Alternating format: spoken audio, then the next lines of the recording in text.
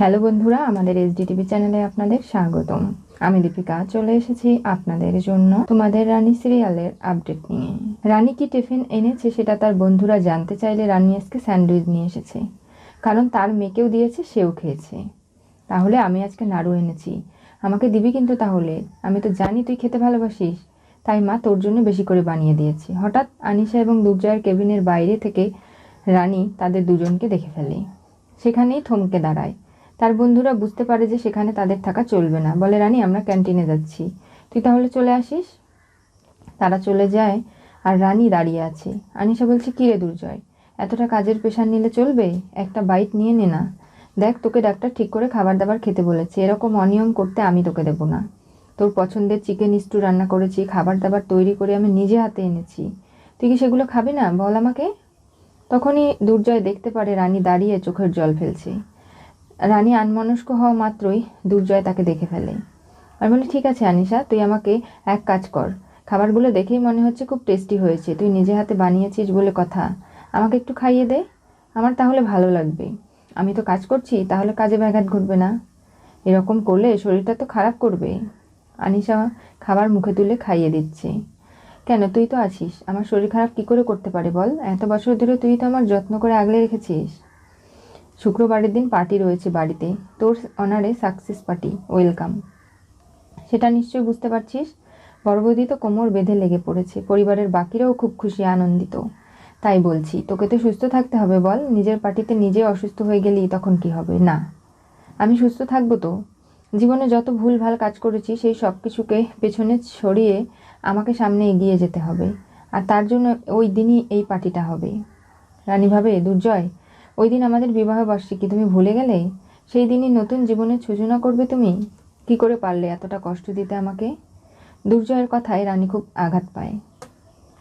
দেখ আনিশা, যাই কিছু হয়ে যাক না কেন, পরিবারের সবাই যেহেতু চাইছে, আমিও ঠিক করেছি ওই দিনটায় পার্টি হবে। তুই বলেছিস বলেই তো, না হলে তো কেউই রাজি ছিল না ওই দিনটা পার্টি করবে বলে, বল। এরপরে রানী সেখান থেকে চলে যায়। দুর্জয় বলে, ঠিক আছে আনিশা, আমাকে আর খাবার খাওয়াতে হবে না। কেন? তুই তো বললি খুব টেস্টি হয়েছে, সম্পূর্ণ খাবার তুই খাবি না? তুই রেখে দে, আমি পরে হাত দিয়ে খেয়ে নেব। আমি নিজের কাজ নিজে করতে ভালোবাসি, আমার কোনো কাজ কাউকে করে দিতে হবে না। তুই কি করছিস বলতো? আমি তো সেটাই বুঝতে পারছি না। আর দেখ, তোর এবং আমার মধ্যে একটা বন্ধুত্বের সম্পর্ক রয়েছে, তাছাড়া আর কিচ্ছু নেই আনিশা। এটাকে তুই অন্য কোনো দিকে নিয়ে যাওয়ারও চেষ্টা করিস না, কারণ সেটা কখনো সম্ভব হবে না। আমি জানি দুর্জয়, কিন্তু তাই বলে আমি এটাও বুঝতে পারছি যে তুই রানীকে কতটা ভালোবাসিস। তোর মধ্যে রানীর প্রতি যে ভালোবাসা টান আমি দেখতে পাচ্ছি, সেটা অন্য কেউ দেখতে না পারলে কি হবে। তাই আমি চাই যে রানী তোর জন্য টিফিন নিয়ে আসুক, তোকে নিজে হাতে খাবার খাইয়ে দিক, তোরা দুজনে একসাথে আবারও প্যাচ আপ করে নিজেদের জীবনে সুখী জীবনযাপন কর। তাহলে হয়তো আমাদের একটা হেলদি বন্ধুত্ব থাকবে, তোদের জীবনটাও দুজনের সুখের হবে, এমনকি দুনিয়াও খুব ভালোভাবে বাঁচতে পারবে। কেন তুই এগুলো মেনে নিচ্ছিস না বলতে পারিস? বাদ দে তো আনিশা, এই কথাগুলো আমাকে আর বলবি না। কেন? তুই চাইলে আমি এক্ষুনি রানীকে গিয়ে বলতে পারি, তোর খাবার দাবার টিফিনের ব্যবস্থা করে দিতে পারি। না, তুই এগুলো করবি না। দুর্জয়ের মনে পড়ে রানী চোখের জল মুছছিল আনিশার হাত থেকে যখন খাবার খাচ্ছিল দুর্জয়। এরপরে নানাভাবে দুর্জয়কে অপমান করেছে রানী। বলেছে ডাক্তার হয়ে টাকা ছাপানোর মেশিন ভেবে অনেকেই নানা ধরনের টাকা ইনকাম করার পথ করছে, আর আমি একজন ডাক্তার যে রোগীকে সেবা দিতে চাই। রানীর স্মৃতিতে সিঁদুর মুছে ফেলা, সেই সব কিছু নিয়ে দুর্জয় খানিকটা উত্তেজিত হয়ে পড়ে। এরপরে নিজের চেয়ারে বসে কাজের মধ্যে ডুবে যায়। কোনোভাবেই সে আর রানীকে নিয়ে ভাবে না। অনেক ভাবনা চিন্তা রানীকে করেছে নিয়ে, আর পারছে না। রানী ক্যান্টিনে গেছে, সেখানে বন্ধুদের সাথে বসেছে খাবার খেতে। তখনই রানীর মনে হয় যে আনিশা নিজে হাতে খাবার খাইয়ে দিচ্ছিল দুর্জয়কে, আর দুর্জয় কতই না খাবারের প্রশংসা করছিল। আর তাছাড়া সাকসেসফুল পার্টি একটা রয়েছে, যেখানে দুর্জয় বলেছে পুরনো সমস্ত অতীতকে ঝেড়ে ফেলে সমস্ত ভুল সিদ্ধান্তগুলোকে মুছে নতুন সিদ্ধান্ত নেবে। আর রানী এবং দুর্জয়ের বিবাহবার্ষিকী, সেটাও দুর্জয় ভুলে গেছে। এই সমস্ত কিছু নিয়ে রানীর মনটা খানিকটা অনেক খারাপ থাকে। তখনই হঠাৎ দেবু ফোন করে বসে। রিতম দা ফোন করলে রানী কথা বলে। এখন কি ব্রেক টাইম চলছে নাকি? হ্যাঁ। কি খাবার দাবার খাচ্ছ এই আর কি, বলো। দেখো, বাড়িতে আমাদের সবাই মিলে চিন্তাভাবনা রয়েছে যে তোমাদের যেহেতু শুক্রবারে বিবাহবার্ষিকী, আমরা রাতের বেলা ডিনারটা সবাই একসাথে করি। হঠাৎ এই পরিকল্পনা? দেখো রানী, আমি চাই তুমি ভাইয়ের জীবনে ফিরে আসো, আমরা সবাই একসাথে থাকতে চাই। এরকম করে আমাদের সংসারটা ভেঙে যাবে আমি সেটা চাই না। রিতম দা, এত বছরেও যা হয়নি এখন সেগুলো চেয়ে কি করবে বলতে পারো? তাই বলছি এত কিছু ঝামেলা বাদ দিয়ে দাও, যা যেভাবে চলছে সেটা চলতে থাকুক। আমি আনিশাদির মুখ থেকে শুনলাম হাসপাতালে যে বাড়িতে নাকি ওয়েলকাম পার্টি রয়েছে, বড় বৌদি খুব মাতামাতি করছে, আর সবাই না করেছিল তারপরও দুর্জয়ের অনারেই এই পার্টিটা করা হচ্ছে। হ্যাঁ, তবে জানো তো বড় বৌদি তো আগের মতোই রয়েছে, কখনো শুধরাবার নয় মহিলা, সেটা নিশ্চয়ই তুমি জানো। পিঙ্কি ফোনে কথা বলার আওয়াজ শুনে দরজায় দাঁড়িয়ে আড়াল থেকে সমস্ত কথা শুনে ফেলে, আর ভাবতে লাগে যে চুপচাপ করে সব কথা শোনার পরেই সে উত্তর দেবে। রানী জানো তো, দেবু খুব চিন্তা করছে, বলছে তুমি ওর পাশে থাকলে খাবার দাবার ওর সমস্ত যত্ন তুমি নিতে। এখন তুমি নেই তাই ও খুব চিন্তিত, ওর বেবির কি হবে। কিচ্ছু হবে না, তুমি দেবুকে বলে দিও আমার কাছে সমস্ত রিপোর্টগুলো রয়েছে, আমি ওর বেবির ডেলিভারি নিজে হাতে করব। কোনো টেনশন ওকে করতে না, সব কিছু ঠিক হয়ে যাবে, কোনো চিন্তা যেন না করে। তোমার বন্ধু তো তুমি চলে যাওয়ার পর থেকে হাসতেই ভুলে গেছে, খাবার দাবার খাওয়া, নিজের জীবনে এগিয়ে যাওয়া তো দূরের কথা। কি বলছো কি? ঠিকই বলছি আমি। তাহলে নাও তোমার বন্ধুর সাথে কথা বলো। রানী তার বন্ধুদের কাছ থেকে একটু আড়ালে চলে যায়। উপাস থেকে দেবু বলে, দেখ আমি সেদিনটা তোর সঙ্গেই সেলিব্রেট করতে চাই, তুই আমার পাশে থাকবি তো রানী?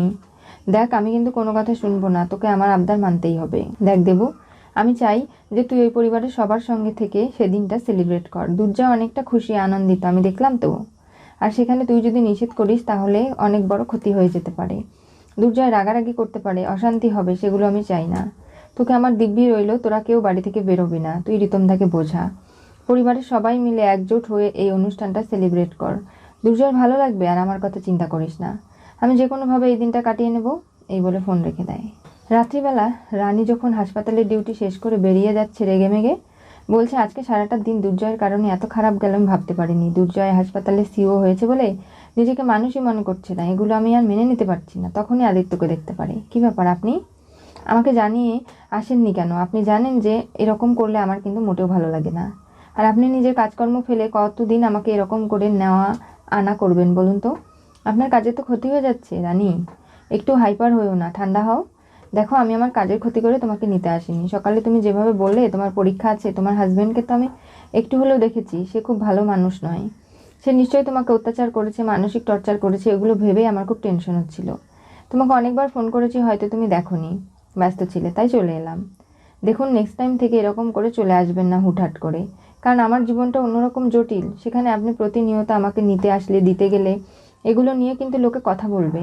আর আঙ্কেল আন্টি কী ভাববে বলুন তো? আপনার সঙ্গে আমার স্বাভাবিক সম্পর্ক, সেগুলো নিয়ে কুৎসা রটে যাবে, আমি চাই না। দেখো রানী, গাড়িতে চলো, তোমাকে সেখানে বসেই না হয় কথা বলবো।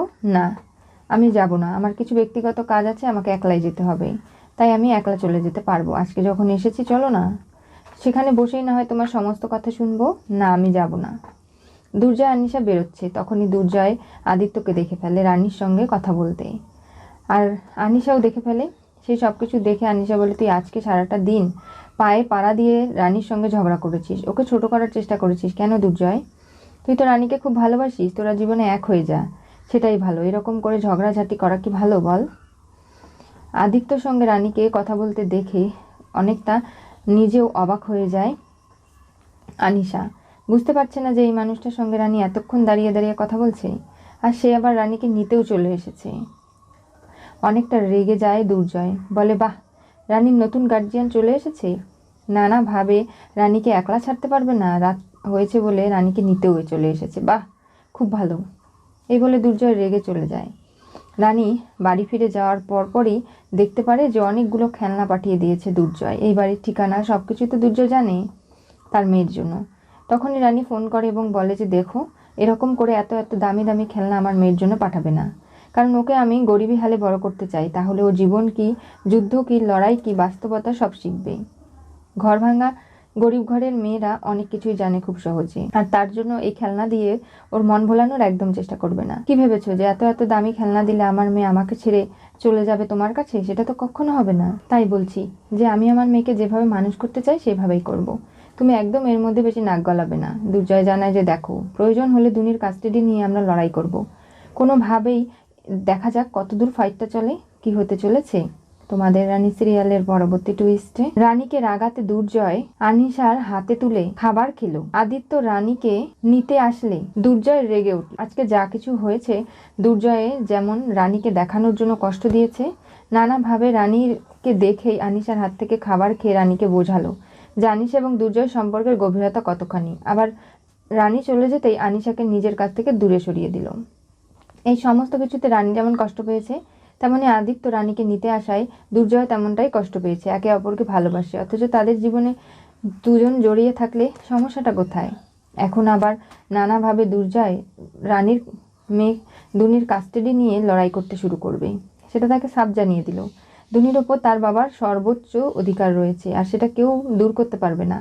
আর সেই অধিকার কেড়ে নেওয়ার জন্য দুর্জয় সব পর্যন্তই যেতে পারে। এরপরে কি ঘটবে জানতে চোখ রাখতে হবে আমাদের চ্যানেলে। পাশে থাকা বেল আইকনটি অবশ্যই করে ক্লিক করুন।